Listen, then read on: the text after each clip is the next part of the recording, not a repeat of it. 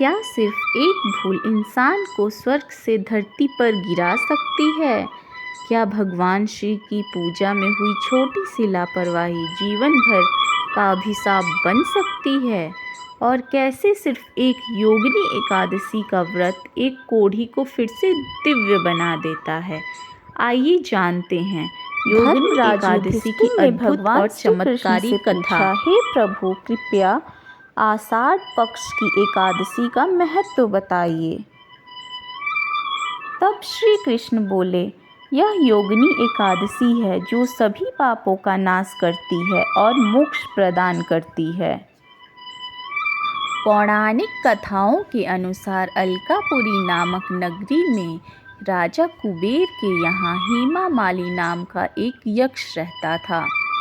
उसका काम पूजा के लिए मानसरोवर से रोज ताजे फूल लाना था। एक दिन वह अपनी पत्नी के प्रेम में इतना मग्न हो गया कि उसे फूल लाने का ध्यान ही नहीं रहा और दोपहर हो गई। जब राजा कुबेर को इस बात का पता चला तो वह बहुत क्रोधित हुए और उन्होंने हेमा माली को श्राप दिया कि तुम अपनी पत्नी के वियोग में तड़पोगे और पृथ्वी पर जाकर कोढ़ी का जीवन व्यतीत करोगे।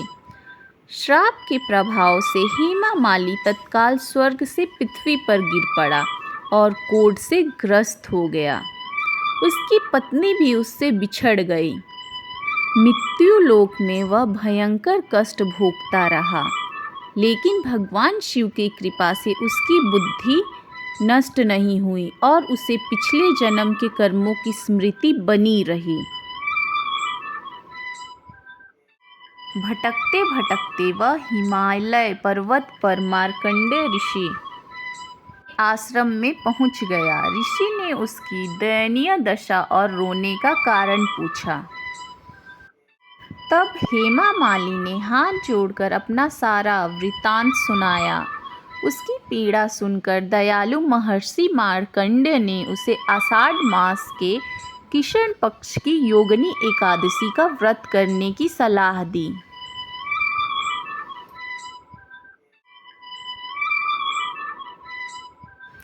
महर्षि के बताए अनुसार हेमा मालिनी ने पूर्ण श्रद्धा और विधि विधान के साथ योगिनी एकादशी का व्रत किया। इस व्रत के प्रभाव से और पुण्य के प्रताप से उसका कोढ़ पूरी तरह ठीक हो गया। उसे अपना पुराना रूप वापस मिल गया और वह अपनी पत्नी के साथ पुनः सुखपूर्वक जीवन व्यतीत करने लगा। इस कथा के अनुसार योगिनी एकादशी का व्रत करने से सभी प्रकार के पाप नष्ट हो जाते हैं। इसे रोगों और अपयश से मुक्ति दिलाने वाला माना गया है। शास्त्रों में इस व्रत का पुण्य 88,000 ब्राह्मणों को भोज कराने के समान बताया गया है। जब भगवान श्री कृष्ण ने धर्मराज युधिष्ठिर से कहा कि योगिनी एकादशी का व्रत करने और इसकी कथा सुनने से मनुष्य के पाप नष्ट होते हैं, रोगों से मुक्ति मिलती है और भगवान विष्णु की कृपा प्राप्त होती है, शास्त्रों में इस व्रत का पुण्य अत्यंत महान बताया गया है। वीडियो पसंद आए तो कमेंट्स में जय श्री हरि या फिर ओम नमो नारायणाय लिखकर भेजें।